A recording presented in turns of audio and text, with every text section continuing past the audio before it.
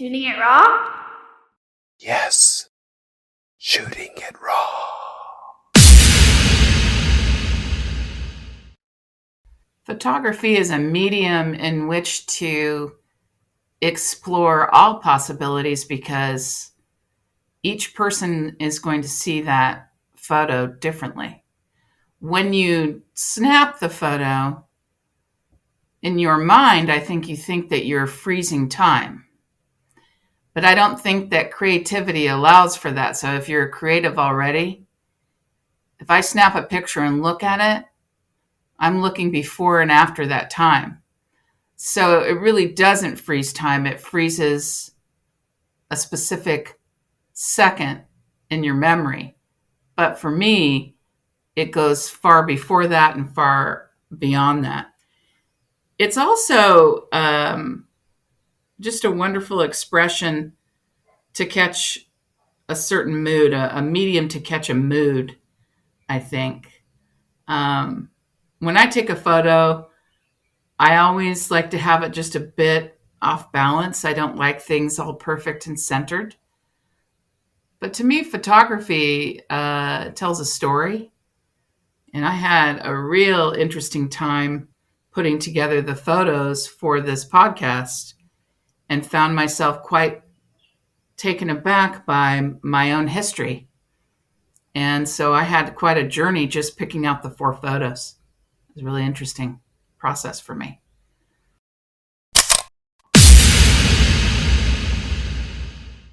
Nice. So maybe I need a little therapy after that task.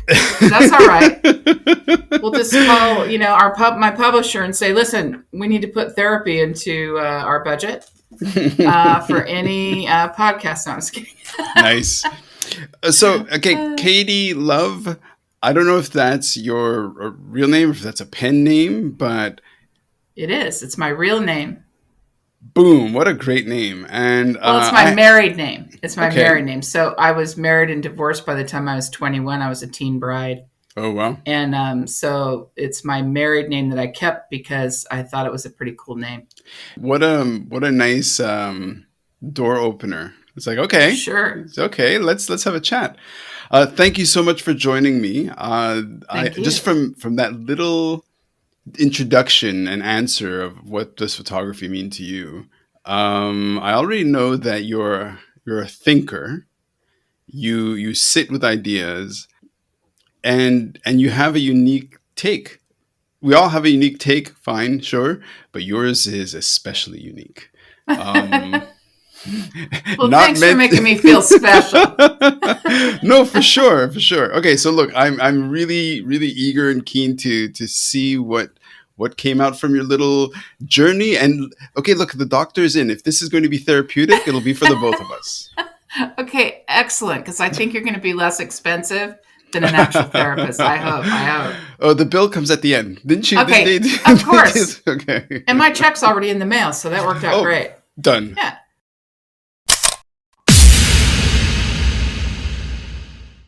Oh, great. Look at that photo. Okay. So first of all, it's a scan of a black and white photo. Who is in the image? Are you speaking of the first one? It's a black and white photo of a woman wearing a nice, beautiful white blouse, yes. Hair, kind of, first of all, very, very contrasting lipstick, seated on a balcony. You could fill us in on where in the world that balcony sits. You're wearing these nice white shoes, a very nice white flowing skirt. It's summer, flowers, bushes.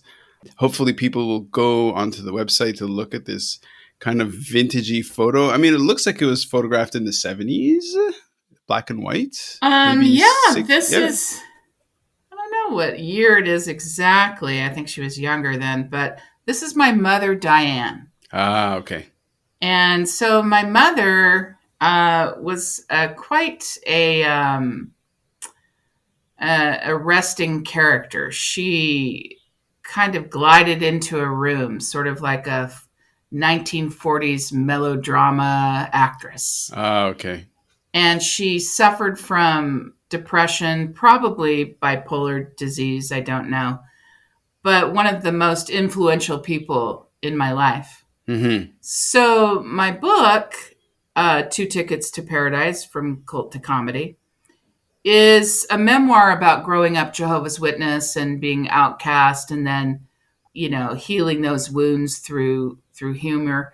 But it's also a love story Mm-hmm. between a mother and a daughter, and the daughter's full intent to see her mother again, who died, in a utopian world described as paradise by the Jehovah's Witnesses. Mm-hmm. So when she took her own life when I was 9 years old, and unfortunately, I was on the scene, first on the scene of the Oh, wow. suicide. And, of course, as a 9-year-old, this is, a huge shock. How fundamental. Yes. And we were very close. I have two siblings that are my half siblings, but we were close. But of course, they were out of the house by then. They're 10 and 14 years my senior. Mm-hmm. So I was kind of saddled with raising this alcoholic, basically. She was self-medicating with pills Mm-hmm. and alcohol. And what struck me about this picture when I went to go, gather these 4 photos for you, was you see who she is in a snapshot. She was so Mm-hmm. beautiful. And she was really, her presence in a room was something you never forget.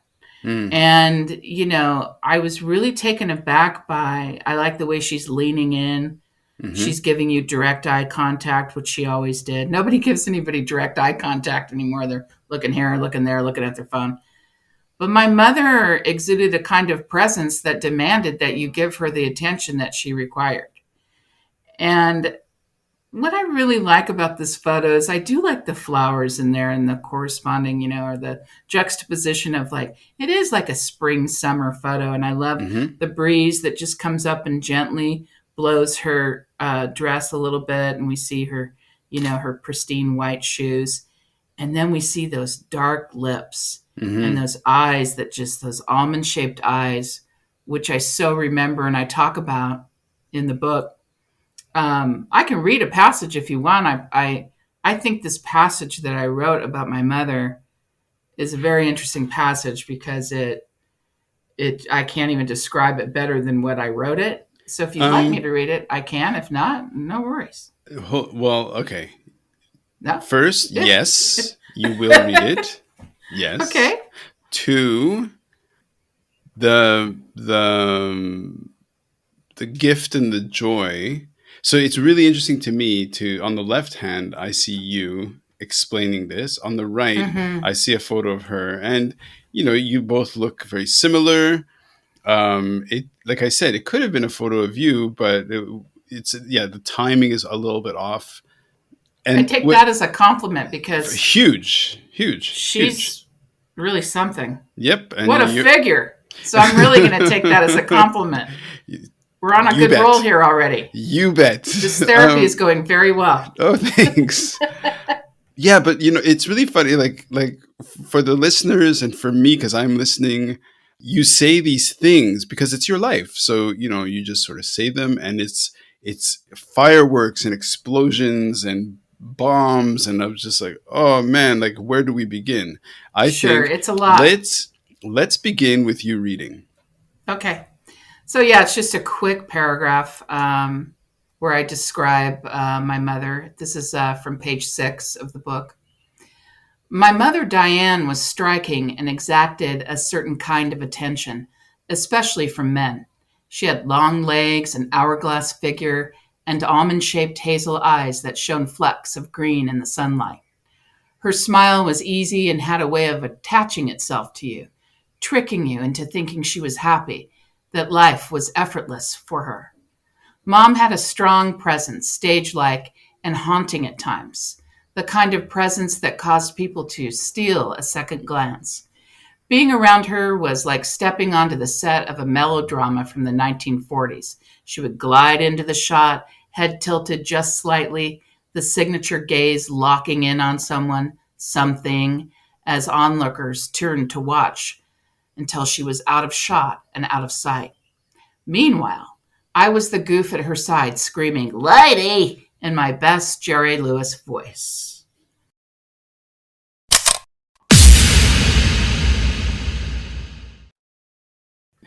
So you're 9 years old. Of course, your mother is going to have this presence, because at that age, your parents have that presence, and then over time, it Right. kind of it gets deconstructed. But then you mentioned you walked in, like you discovered her having commit suicide, Yeah. which is, I mean, for a child, is about as as sharp a trauma as a person could imagine, Mm-hmm. right? And then I feel in your voice, I you have this side of you that's terribly tragic. But on the other hand, the opposite side of that is you mentioned stand-up comedy or comedy? Mm-hmm. It's stand up. Stand-up.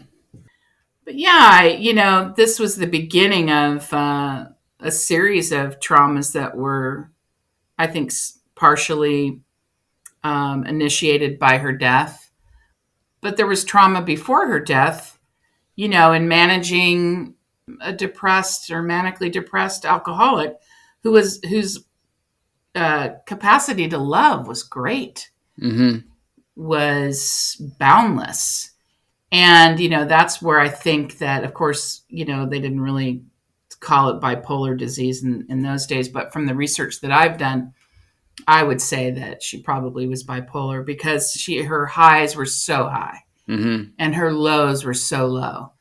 And, by this time, both of my siblings have left the house, and it was a lot to manage, So when I discovered her, the night before, there was one of her, raging meltdowns. She had we had a baby grand piano in our home. And when she would go into her episodes, she would hit the keyboard and I would build a fort under this piano. Or I would sit on the couch and I would sing lyrics to the songs or whatever. Oh, it wow. was like a little show. And Mhm. so I can't believe that I'm not deaf, because I was under this baby grand piano and I was just mesmerized by her, Mhm. Mhm. And that particular night was a rough night for her, and I had to go to school the next day. I had this big test that I was very concerned about in, I guess, 4th grade. And so I left her a note that I would be back to check on her at lunch. And I just had to go take this test. And I went to school. And this is what, to this day, it just really strikes me as, wow, we are all really connected. And I think if you haven't had some experiences where you feel very connected to someone, Mhm. you might have doubt about that. But I have never doubted it, our connection to one another. I was sitting in class and I was really concerned, but I had to finish this test, being a dutiful little 9-year-old. And this was in Oakland, California, by the way. I grew up in the San Francisco Bay Area. Wow. And the recess bell was about to ring. And I just knew I had to get out of there. And I kept looking at the clock. And this cold wind just whoosh, went right through me. Oh, And I was wow. like, I have to get home right now. Oh, shit. And I just ran home. And I think that was the moment, I believe, that she left the planet. That was her exit, because I was her daughter and I felt that we were very connected. And I think that I knew the exact moment in my life that my mother left the planet. And then when I arrived home, I discovered this right away and went to a neighbor's house next door. Oh, wow. And I write about this in my book, about how I loved this neighbor's baby. She Okay. had this great toddler. Mhm. And I loved this baby. She was at that great age where it was like big blue eyes. And And I would always try to play with this neighbor's baby. And so I went next door and I told the neighbor, I think my mother's sick, because I just couldn't process it. It was too much. And she went white as soon as I said that, because these were little apartments. She must have heard it, Oh. She must have heard it was by gunshot. So I'm pretty sure that she heard it. So she hands me the baby. Oh, and I sit down on the floor with this baby. And it was something you just never forget. And I was sitting with this baby and I was holding it and we were looking into each other's eyes. Mm-hmm. And I heard the neighbors screaming next door. Oh. I just never let go of this baby. And we just looked into each other's eyes. Because see, the thing is that death, I think I wrote about it this way, that we were innocent and strangers in the idea of death. Mm-hmm. We were a beginning. We were children. So we were blissfully ignorant in the tragedy of endings. Yeah. And so to me, I just held on to that. And when I look back on it, when I went to write the story, I was like, that baby in so many ways saved my life. Mm-hmm. I always had something to connect to that was life. Yep. And it was a really important moment for me. Yeah, for sure. And I can't say enough about how we really are connected as human beings. I joke about, I need that energy in the comedy club. I need people. I need their energy. We feed upon each other's energy, sometimes in a negative way, like all these gross social media posts and fights and all the things that people do. But we also nurture and feed upon each other in a beautiful way, where we're so connected that even you and I right now, I can feel it, across the waters. Yeah. Wow. What is your mom's name? Diane. Okay. Yes. Well, I think we will, say au revoir to Diane and move on to the next image. Yes. But I want to take a moment and say thank you. I mean, that I never know what I'm going to get to these conversations. And sometimes it hits me right between the eyes so profoundly. And that was actually utterly beautiful. Oh, thank you. I appreciate it. Yeah, she was a very interesting human being. Yep. Have you met her daughter?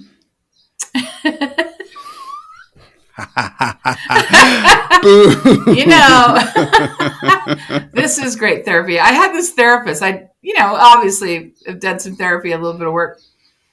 And she had this thing, and I just think this is so funny. In fact, I was just telling another friend, I pass this on to people all the time. I'm like, listen, you need to do this thing.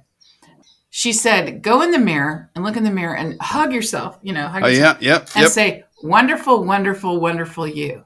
I was like, aw. Should it be wonderful, wonderful, wonderful me? I mean, what stance am I taking? Is it like first person? Right. As a writer, I'm like, is it first person, third person? And I remember saying, Katie, just do what I say. Yeah. And I do it sometimes because you do kind of meet yourself in the mirror. It's the weirdest thing. Yeah. It does trip me out. I like it though. I do like it. No, it's great. Wonderful, wonderful, wonderful you. I love it.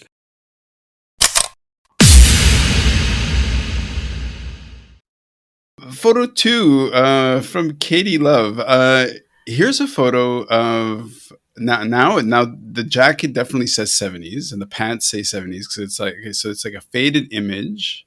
It's in a kitchen, it seems, or living room. There behind there's a person seated at a wooden chair. Oh, okay. With really beautiful curly locks.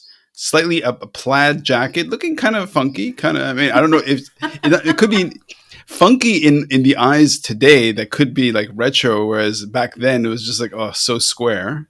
But the room is essentially white. Oh, it could be a music studio or something, or a high school or school desk, because there's like a turntable, there's like a tuner, and there are two speakers on the wall. A very attractive woman sitting in the seat looking at the photographer with a neutral face. It looks kind of posed because it's a hand on hand while seated.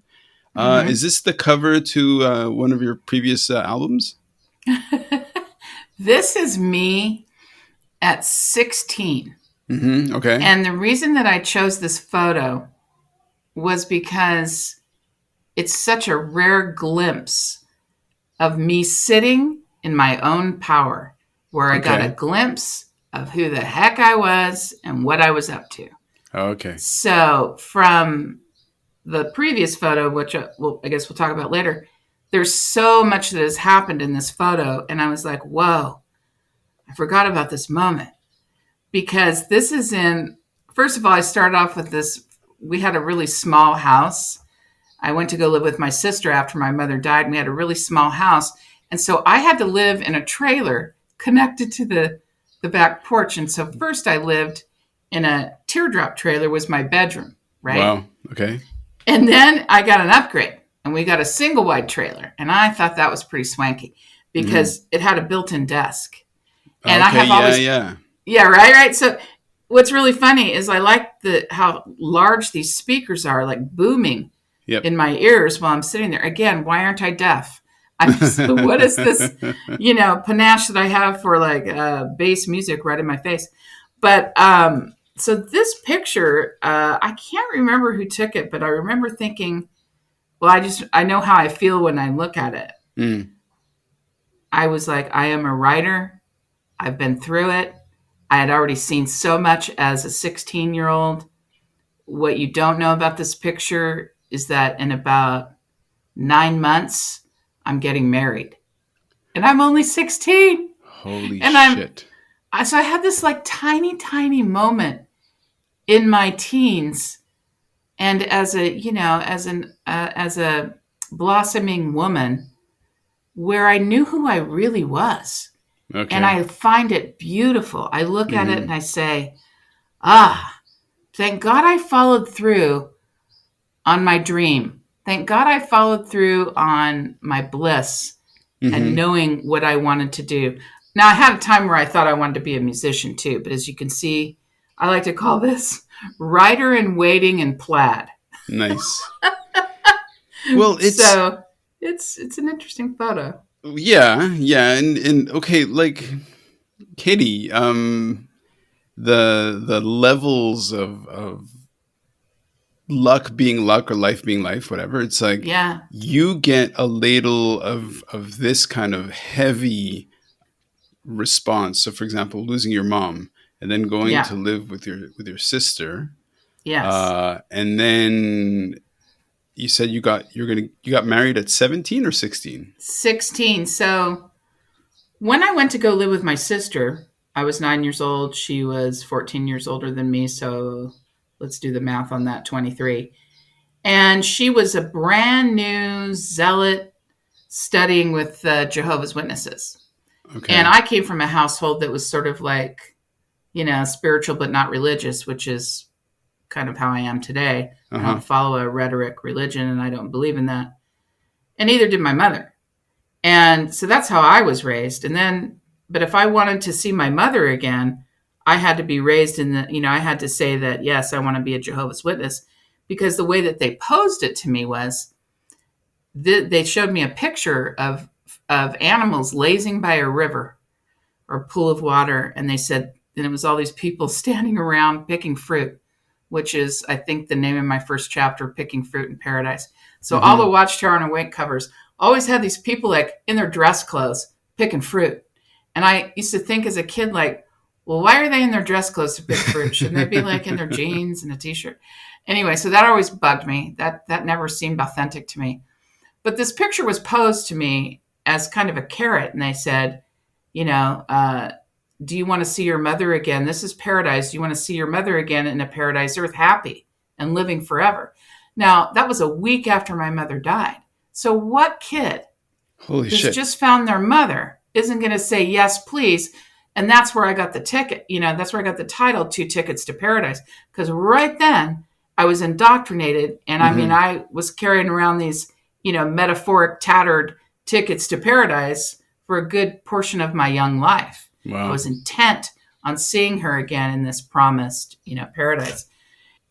So the thing that's interesting about this is that by the time we get to this photo, I've already seen abuse, sexual abuse in the religion. I've already seen a lot of promises broken. I've seen a lot in this Mm-hmm. picture, and I've lost a lot of my innocence. I'm jaded. I feel like I've lived. When I looked through these pictures for this task for this podcast, I looked through a pile of pictures, and it took me down for a moment. Like, Yeah. I could see in this expression of the child or the young woman looking back at me, and you kind of want to reach into the photo Mm-hmm. and take this little girl's hand or this young woman's hand and say, let's go somewhere safe. Yeah. Yeah. And I was writing about it. I think I just did a little post about it because I was like, wow, this is really, I'm having a profound reaction to this. And I Mm-hmm. just didn't think Mm-hmm. I would. Yep. I read the Audible, I wrote the book, and even, recording the Audible, I had some moments where I relived certain things. But when I saw these photos, I realized that you can be fragile in the moment and still feel really strong Mm-hmm. that you got Mm-hmm. through this, and you find strength in the power of telling your story. Yep. And Yep. again, Okay. in that power of connection that I have to my readers, that I have to you right now, that I have to the remainder of my family that's still talking to me, to the ex-Jehovah's Witnesses that, have been shunned and lost their family. We have Mm-hmm. connection. And I was so grateful for this, because I Mm-hmm. don't know that I would have had this experience without this task, this thing that Mm-hmm. you asked of Oh. me, get Okay. 4 photos. I was like, yeah, okay, I got some photos for you, sure. And you kind of go in false bravado, like, comics do that a lot, like, yeah, I got this. Don't worry about it. Yeah. And I'm not from New York, so I don't know where I get that accent, but to me Hey, that it's sounds okay. like, Me too. come I'm on, I'm from Canada. What are you talking about? sounds like somebody who's not going to take any shit, Yep. and we'll beep that out if that's against the rules.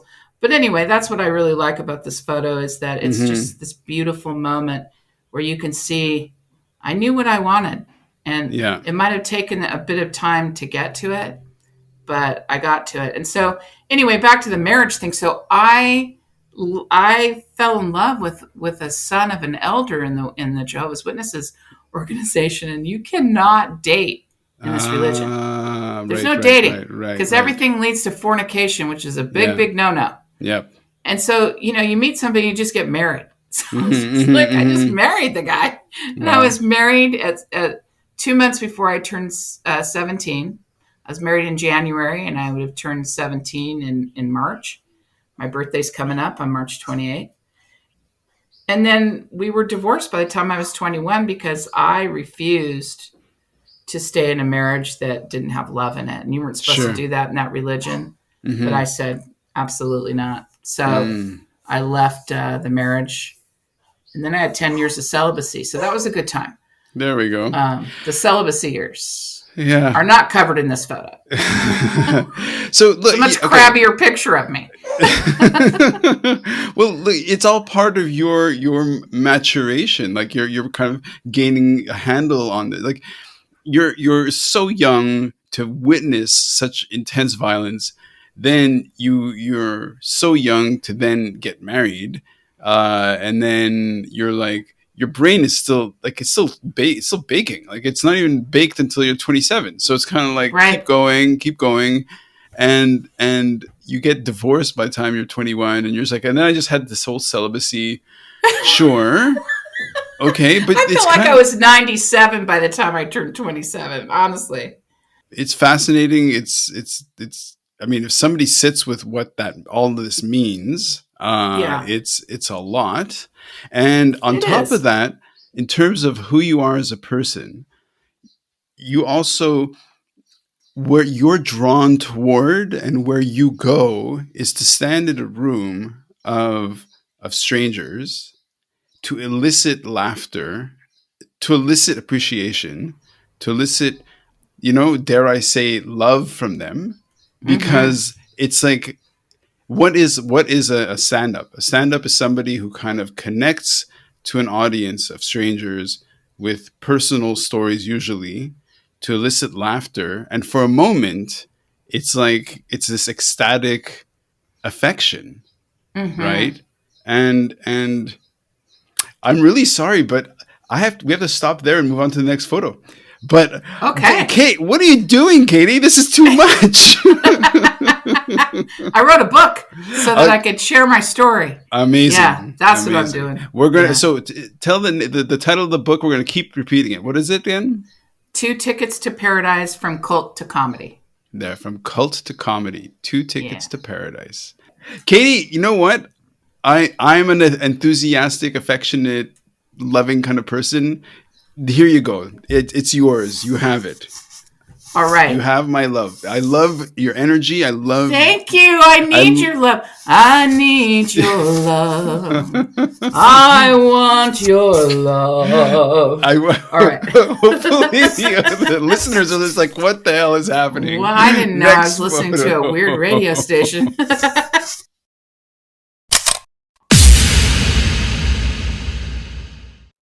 Okay, so here, this photo. I like that you're sending photos of photos. So this is like a photo of now. This one is probably a photo forward, maybe in the 80s.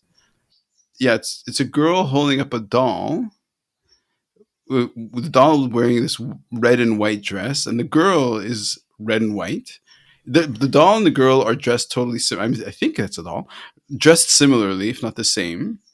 No, yeah, it's like the girl has these earmuff things that look like floppy ears, and she's holding this doll that has floppy ears. It's outside, and it's got like this feeling of the 80s, early 80s, late 70s. Okay, does it? Because it's 1968, folks. Ah, there we go. And it is a party where I am supposed to dress up like my doll. Nice. It is taken in Piedmont, California. And the reason that I chose this photo is because when I remember the exact moment the photo was snapped, I was clutching this doll and I have this smile on my face like, you know what? I don't really have time for doll parties right now. I'm managing an alcoholic. When am I going to see my mother again? Oh, shit. I wanted to laugh and cry when I saw this photo. Mm-hmm. First, I laughed. So how old were you at the time? So I was 8 years old in this photo. Right. And so this is some kind of Raggedy Ann doll or something. I was living with some friends of the family while my mother was drying out in a sanitarium. Holy the people, shit. And they called it sanitariums back then. I think it's a horrible word, but that's what they called it back then. They have them in Hong Kong. Oh, they do. Do they still call them sanitariums? Not rehab, but is that what they call them? No. This is like, I think it's like a private hospital. Mm-hmm. And it is, somebody will make fun of me because actually the sanatorium or something. So it's very close. Maybe it's a British thing. People make fun of us. We don't care. Yeah, we don't care. But okay. So what, Katie? Like that's so. I know. You're a bright, buoyant person. That's how I'm experiencing your energy now. And then you show me this photo, and it's got so much like weight. This had so much history in it. So she attempted suicide and tried to get me involved in it. She wanted me to go out into our backyard and get a hose and attach it to the back of the car. And I didn't want to do it. And my mother was, a deep, soulful person. But when she exacted her wrath on you, it was very powerful. So she commanded me to go out into our dark little yard and find a hose. And I wanted to know. And I think I was trying to match her energy, frighteningly enough. And I demanded to know why. And she told me why, because I demanded the answer. Wow. And then so I'm out there finding this hose thinking, I knew it was something dark. I didn't know exactly what it meant, but I knew it was bad. So I find the hose and I curl it up next to her car and she hugs me goodbye. And she tells me, wait 1 hour and call my grandparents. And she leaves in the car and I panic. Mm-hmm. She locks me inside our little cottage that we were living in. I think we were living in the Oakland Hills. And the first thing I did was call my grandparents. I don't even think 2 minutes passed. And I remember my hands just shaking. I'm this little kid. And at that point, I think I was 7.5, 8 years old, because this photo was taken months after that happened. And so it's so surreal to me. Like we were doing this in a movie, it would just be like, how surreal that I went from this little cottage with this mother who wanted to involve her child in a suicide attempt.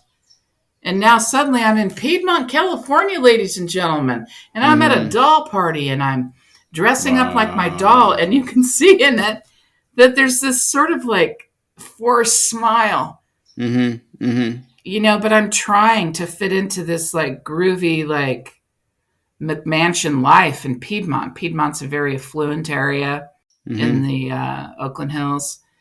And I just looked at this and went, this little girl had already seen so much that what it says to me is, listen, nice party, but when's mom coming home? I've got to get her under control and we've got to get back to our love story. Wow, it was just her and I, so it was just, we were our own little like camp. And when I look at this, I still feel the moment this picture was taken, I still feel it in my heart. It's like just like a stamp in my heart. And then, so 3 months later, I think, so around that time, you know how time is weird for kids. We don't really know, but I estimate it's about 3 months. And so I lived with this great family. They had 3 boys. They were awesome. We played games. We ran through this McMansion. We were crazy, wild children. And we had a lovely time. I mean, I had a great time. This was a good experience for me to live with this family. It was probably exactly what I needed. But I'm telling you, this love that I had for my mother was so strong.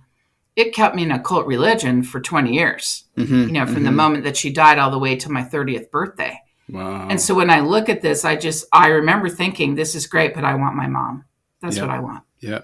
And I think it says a lot about the family dynamics today, that again, and also about connection.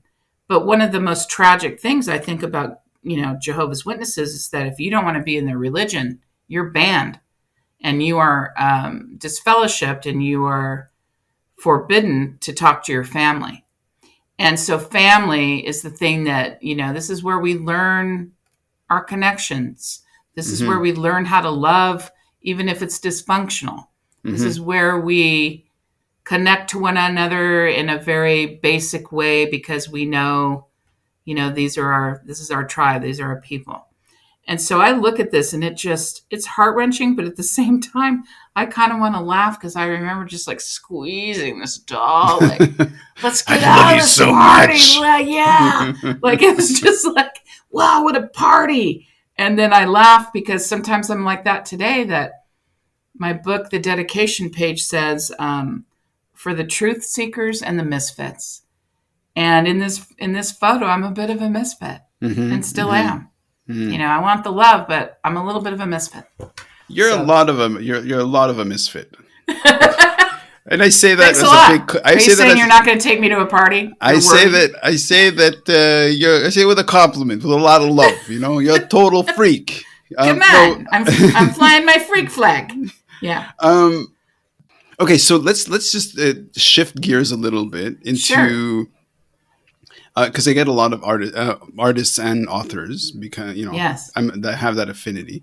So and you're good at it. So that's great. Oh, thanks. I think so writing as therapy, as therapeutic, is important because it helps you kind of wrap your thoughts around an experience or an event, so you can be like, oh, okay, how do I process this? And then from that point forward, in a way, at your best moment, this is how you put it, and then that kind of becomes the track of your memory and everything. But why don't you talk about what is writing?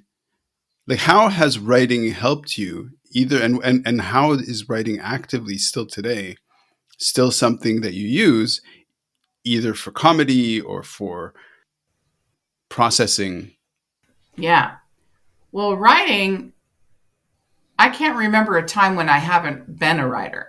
Okay, so, I just want to say that you're about to take a swig of day-old coffee. Is that right? You realize that's what you grabbed. This coffee is a mere 6 hours old. Okay. Listen, I'm just I may telling have you what I heated see. it up a few times. Okay. But don't forget to tell the audience that on the cover, on the mug, it says, "It's been lovely, but I have to scream now." And it's got this old-fashioned, like, Lucille Ball picture. Nice. But yeah, I need a little, Do it. Mm-hmm. So to cheer up I think I started as a writer to cheer up my mother. I think, but I do think people are born a certain way. I do think I was born a storyteller. Mm-hmm. I always looked at things in story format, beginning, middle, and end. Okay. And I used to write little books for my mother and, do these rudimentary, horrible artist renderings. And I'm not a good artist to this day. I'm really fun to play Pictionary with, though, because I'm insistent on whatever I've drawn, you should be able to guess. Yeah. I just keep staring at you. I stare at you and I point at the picture, and I cannot believe that you will not connect with me so we can win this game. Yep. Anyway, so I would write these little books and I would staple them on the side, and I would give them to her as presents, and we would read them together. Aww. I also did other weird things, like take her own items like lipsticks and, I don't know, shoes, whatever I could find, and I would wrap those up and give them as presents, her own items, back to her as horribly wrapped up presents. That's so sweet. And yeah, I was I was a weird kid. But anyway. No, it's beautiful and so loving. Beautiful. So, because that's what those gifts were. They were just like, I love you, Yeah. So that's where it all began. And gosh, I was really young then. I can't even remember. I was probably 4 and 5 years old. And then as I got older, my stories got deeper, and it gave me a certain power, like when I was really going through it in the Jehovah's Witness religion. And my teacher didn't know it at the time, but I was living with outside of my own family, and I was living with an elder and his family, and unfortunately suffered abuse in that home. And it was pretty horrific. And I found such solace in this class that I was in an English class, and I became like the quirky little teacher's pet. Mm-hmm. And I was her assistant, and I lived for it because I was helping other people write. I was helping other people tell their story, and they were just trying to get through the class so they could, go smoke weed in the corridors or whatever they were doing. Mm-hmm. But to me, this was literal survival. Yep. The writing I was doing and the fiction I was reading and being this teacher's assistant, it gave me respite from having to preach, to people and about the religion. And it also gave me solace in a life that was outside of my own and beyond where I was. Now, I love teaching or coaching rather, writers in different genres. I coach, whoever seems to come in my path. And I really enjoy that because I love that spark that they see when they finally are in alignment with their own story. Yeah. But when it came to writing this book, I had written a novel, my first novel, Cubicide, and I wrote it in 3 months because I was afraid of it. Okay. I felt like that scene in Raiders of the Lost Ark where that big boulder is rolling down and he's running in front of it. Mm-hmm. I felt like that was my novel running after me, that it was happening so fast and so big that I better just write it and get it done because I didn't know what I was doing. Wow. And I was afraid of it. Mm-hmm. I really enjoyed writing that, but I knew it wasn't the story that I really wanted to tell. So that was a fun story about me when I was in sales and trying to find my creative path when I was kind of stuck in corporate America and hating it. I was working at the LA Times as a salesperson, and I really wanted to be a writer. So I started submitting my writing to the LA Times, and finally an editor, said, "Hey, yeah, we want to publish some of your pieces." And so I started writing for them as well. But so I wrote it during that time where I felt like this, creative split where it was corporate America on one side and like the creative writer on the other side. But I posed it as a musician because that's another love of mine. So They say your first novel is very autobiographical, which made sense. So then it came time for me to start looking at what I wanted to write next. And I started 2 Tickets to Paradise off as a play. And I'd never written a play before. I'd written scripts, but I'd never written a play. I did not know what I was doing. and I kept dropping it. And then I started writing this book, and I thought, oh, well, I wrote my first book in 90 days. I'm going to do the same thing, and I'm going to set a word count. Mm-hmm. And boy, did that not work. Like, that didn't work at all. It took me 10 years to write this book. Wow. It did sit around for a couple of hours, a couple of years, because I didn't have the ending. I had a different ending because the ending that readers will see in the epilogue had not happened yet. Right. That was something that happened when I found when I went on the pursuit of justice. Mm-hmm. And put a case up against the Jehovah's Witness and started pursuing the justice end of it. And so I found out things that I didn't know about my own history, about my own life. And so I couldn't write about that because I didn't know about it. So that changed the ending. Sure. That changed the ending. It changed the title. It changed the book. It just changed the end of the book, really. And so that whole process was 10 years. Now I've got this whole, like, if you could see my office, like, I have this list of projects. I've got a short humor book. I've got a fun script I want to write. I have a television show I've written, and then I'm producing comedy. And so I'm, of course, always writing jokes. And I just love it. I don't know how to not be a writer. I'm either teaching it, talking about it, scrawling a note, a joke down, where I can't even read my writing the next day. I can't even... Sometimes I scroll. I mean, I think I put one in here. Is this a joke? Oh yeah, I was talking to a client today. Is this even English? This is a joke right here. I can barely read the writing, and I have to write the word "joke" on it so I don't throw it away. Like, I think it's a to-do list. And I was laughing about how quality time is my love language. Okay. But I want to go in the audience and I want to scream it at somebody. I just want to go, quality time is my love language. And you're here with me right now. and you'll be here for the next hour. I just think it's really funny that we have these love languages and we're all trying to figure each other out. And I just thought that would be a really funny premise. So I wrote joke on that. And I was talking to a client today and she was telling me about this yoga teacher that she had. And I was like, oh my God, this is so funny. What if you had a militant yoga teacher who came out of like boot camp, who was like, a female, she was really proud to be like a female warrior. And then it didn't work out. So she went to go teach yoga class, but she couldn't get that boot camp thing out of her. So she's like, I told you downward dog, Find your center. So I literally have these things all over my office. If I don't write joke on it, I'm like, oh, I already got eggs and milk. And I'm like, oh my God, where's that joke? Nice. So it's not very organized, but I'm always writing. And it is kind of a therapy for me. It keeps me grounded, I think. As you're saying this, I've got the photo of you decades earlier holding up this doll. You're dressed up just like the doll, sweetly looking at the camera. And so here's what's really interesting. Well, this is what occurred to me as you're speaking, is that your pace, your brain, like basically maybe how you cope is by dealing with the juxtapositions of on the one hand, having, for example, your loving, beautiful relationship and this connection with your mother, and then it having completely contrasted against like the fracture of her taking her own life, you discovering that.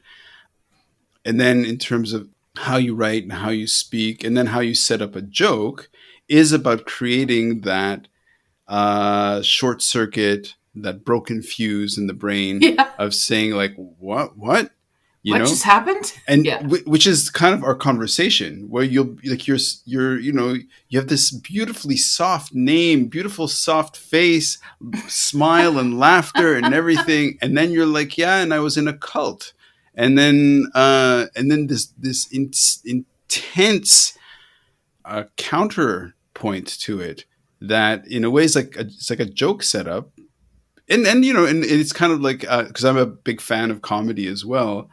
And knowing that, like, one of the common tropes of comedy is that behind the laughter is a tear, right? So Seinfeld would disagree. He would say, "You don't have to have pain to be funny." And I love that about him. Yep. He has a different style of comedy. Yep. But yeah, in my instance, it's really true. It is true. It's based in reality. Yeah. Seinfeld is a legend, but he's sure just a is. guy. He's just a guy. Come on, he's a guy. He's just a I'm guy. a gal. Yeah, I did see him once at a deli in Malibu, and I didn't know what to say. I've seen him twice, and I didn't know what to say to him. So I said, we both do the same meditation. He does transcendental meditation, and so do I. Mm-hmm. I'm probably not as disciplined with it as he is, and certainly not as famous for it. Mm-hmm. But I was like, "Hey, Jerry, I do TM too." Mm-hmm. He was like, "Good." Like, I was like, "Okay." And another time I saw him, I was brand new in Hollywood, and he was sitting at the Improv, and I was way down at the other end of the bar, and I was, talk about a misfit. I didn't know what I was doing. I was new in town. I was just trying to meet and greet, and I was having a little drink, and I just wanted to connect to him, and I had written a Seinfeld script, a spec script. Ah. And I just kind of leaned back in my chair past everyone, and about 7 people down the bar, like, good thing I have a booming voice, because I yell at him, "Hey, Jerry, I wrote you a script." He's like, and there was like this awkward, silence. You do not do that in Hollywood. So stupid. And I go, he just goes, "Great." So he leans back. He goes, "Great," with that timing and that smile, "Great." And probably subtext was like, "Crazy lady." Pretty And much. then I was so embarrassed, and I looked at the bartender, and I go, for whatever reason, I just thought this was so funny. And I go, "Calamari for everyone," instead of like, shots for everyone. Right. I just thought it would be funnier to say calamari. Yep. And so that's a joke I have, calamari for everyone, based on a Seinfeld sighting. Anyway, and here we are on the comedy. No, but it's perfect. It's perfect because that is exactly the right segue you needed to say for us to go to your next photo. Yes. Isn't that funny, the way it works?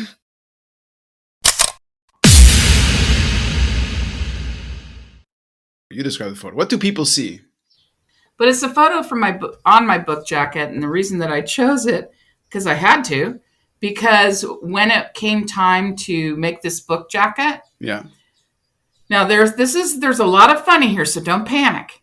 Okay. But so this is a photo of me doing comedy, and I wanted to have like a one of those author photos where I'm looking like this over my shoulder and smiling, and I look super smart, and I'm standing in front of, I don't know, some bricks or a tree or something.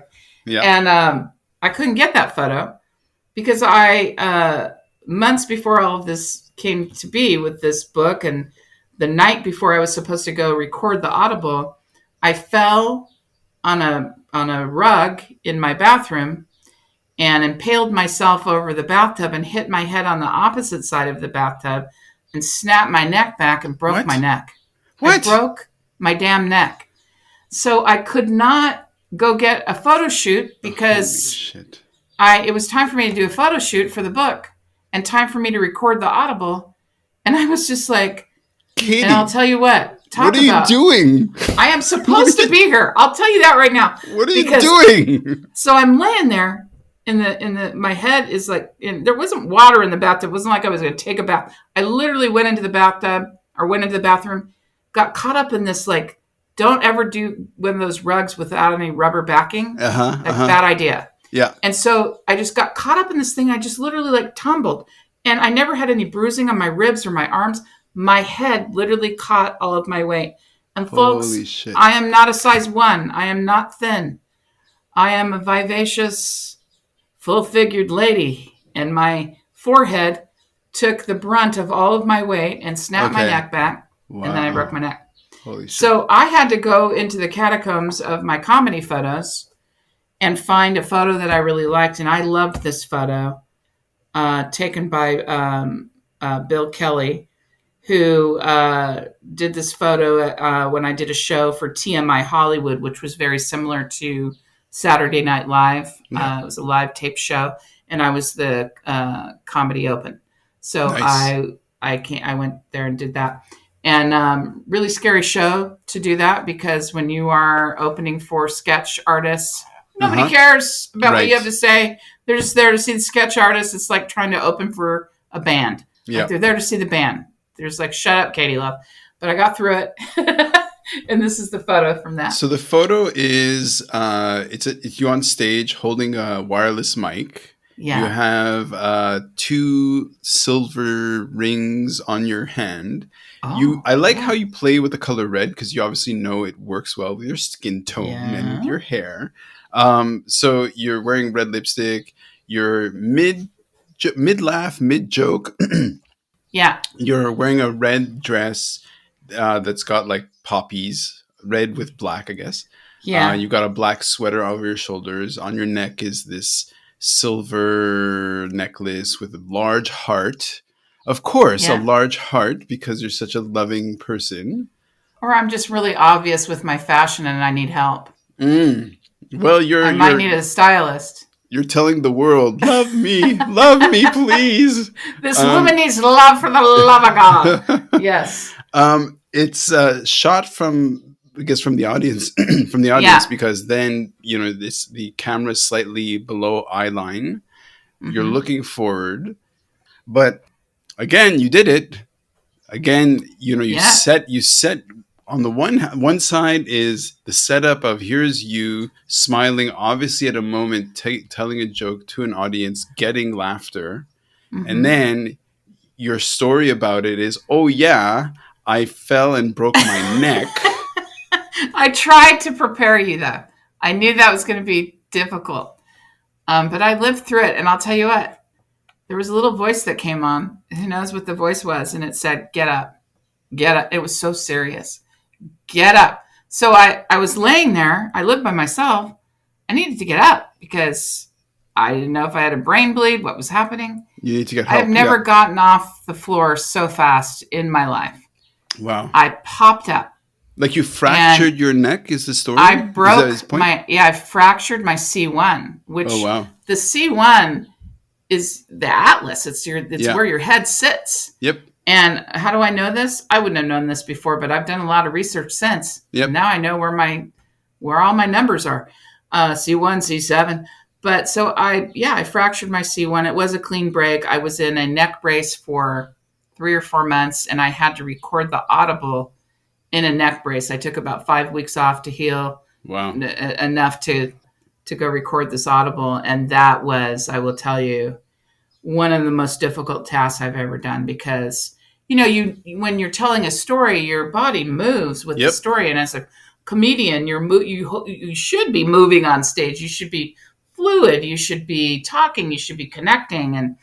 And so I wanted to do that, in the booth, and I couldn't. I had to be like, I had to do it all in my voice.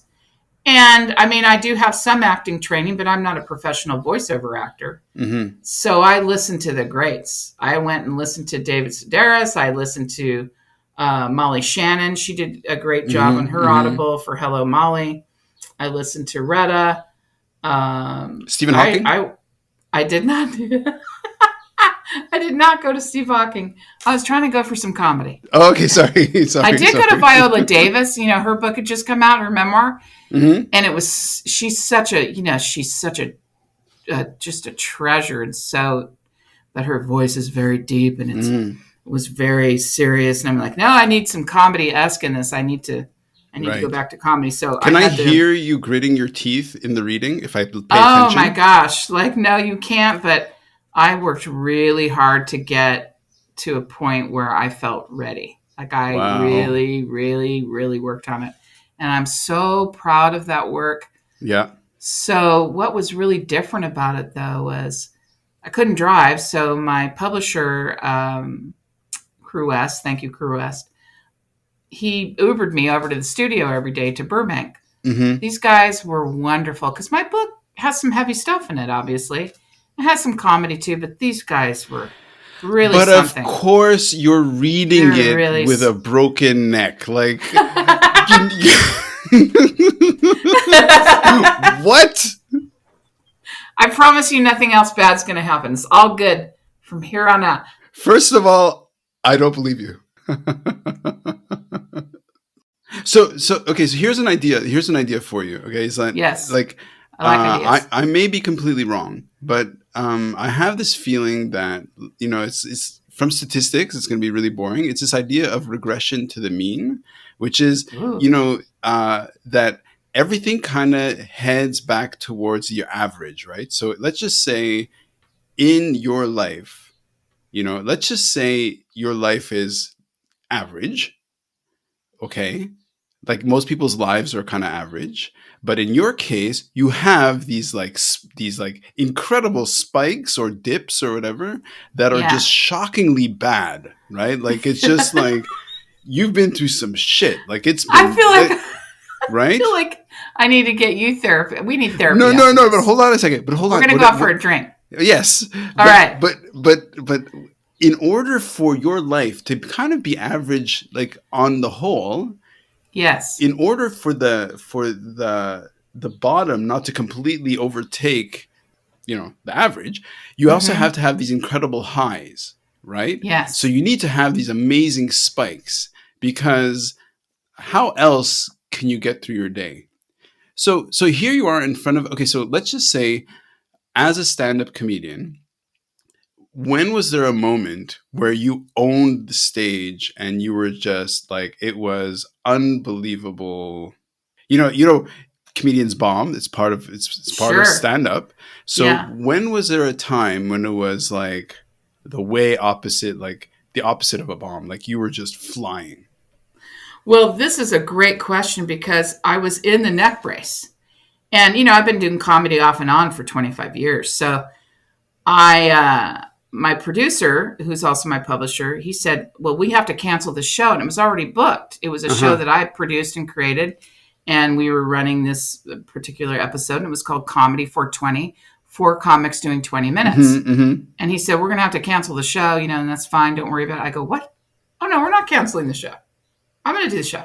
He's like, you're in a neck brace. And it was like, the show was 10 days later. And he goes, oh, no, you got to cancel the show. I go, Scott, I'm telling you, I'm going to do the show.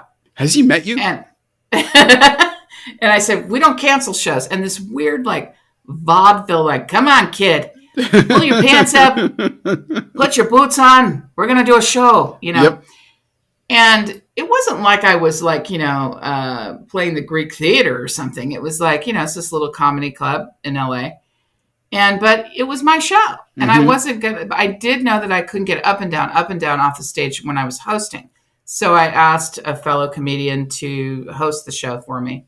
But I said, no, I have a lot to talk about. And I was pissed off because of the medical system and the way everything was handled.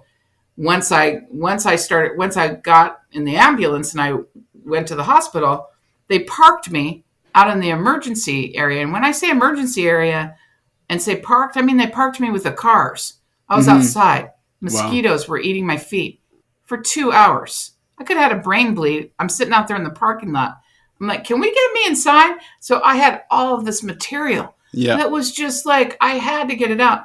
So it's literally on YouTube right now, I think on my comedy channel, which I think. We're just gonna do whatever we can to get you a bazillion views because it's called Katie Love Comedy, I think, or something like that. Yeah, Katie Love Comedy. Easy to remember, Katie Love Comedy. That's it. Boom. Yeah, so I put that setup because it's me doing comedy 10 days after I broke my neck. Holy shit. And I am in shock, and here's the weird thing.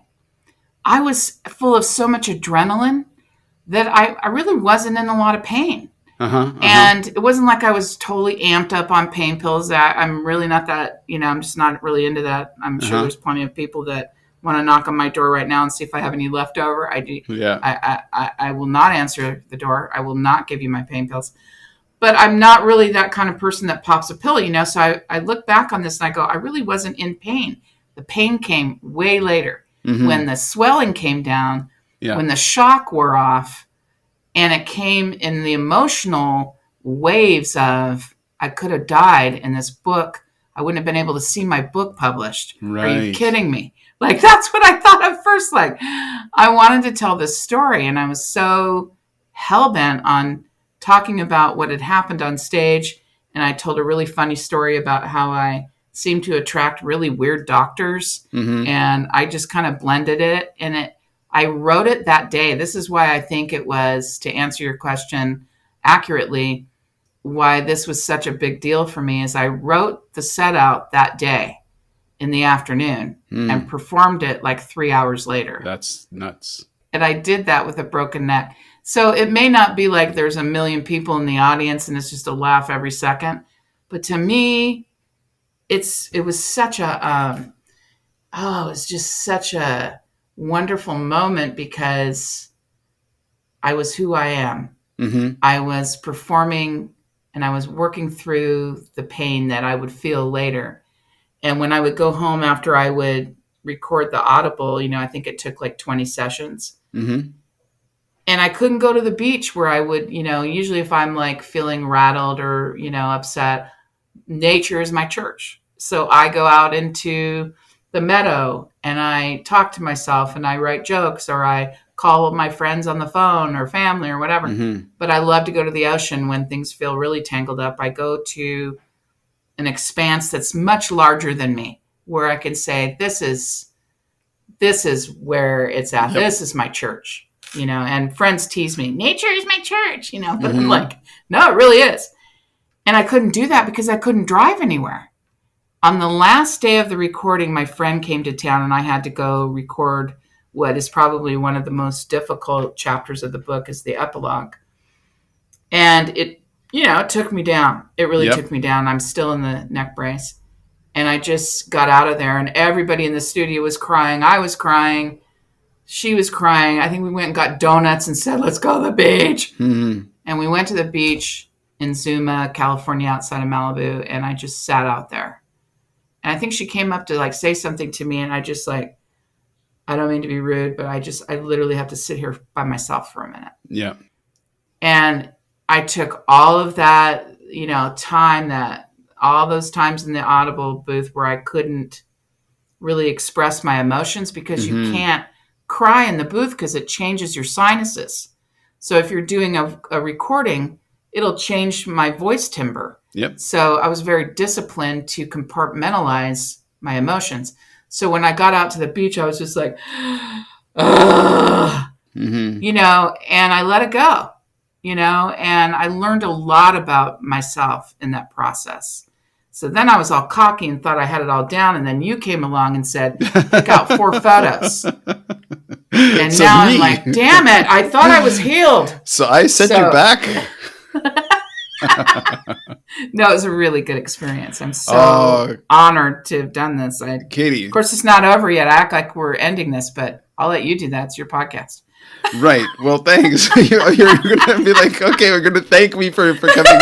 Okay, well, thank you. I'll see you later. See you later. I've been here all week. Katie, you're awesome. Yeah, no, this has been great. This has feel been the same. A bomb. Like, it's so good. So good. And of course, okay, so again, everybody needs to read your book. So the title again, so it burns in people's heads. Yes, 2 Tickets to Paradise from Cult to Comedy. Mm-hmm. We have a really easy website where you can go and make your choice of an ebook, a paperback, or the Audible, and it's booksbykatielove.com. We'll take you right to our publisher page, and then you can make your choice there. And then we're getting into all the bookstores and all that. That takes a bit of time, but yeah. Books by Katie Love. Booksbykatielove.com. That's us. Jokes by Katie Love. That's right. Life by Katie Love. So good. Thank you so much. Thank you so much. Thank you. I really enjoyed it. Shooting it raw? Yes. Shooting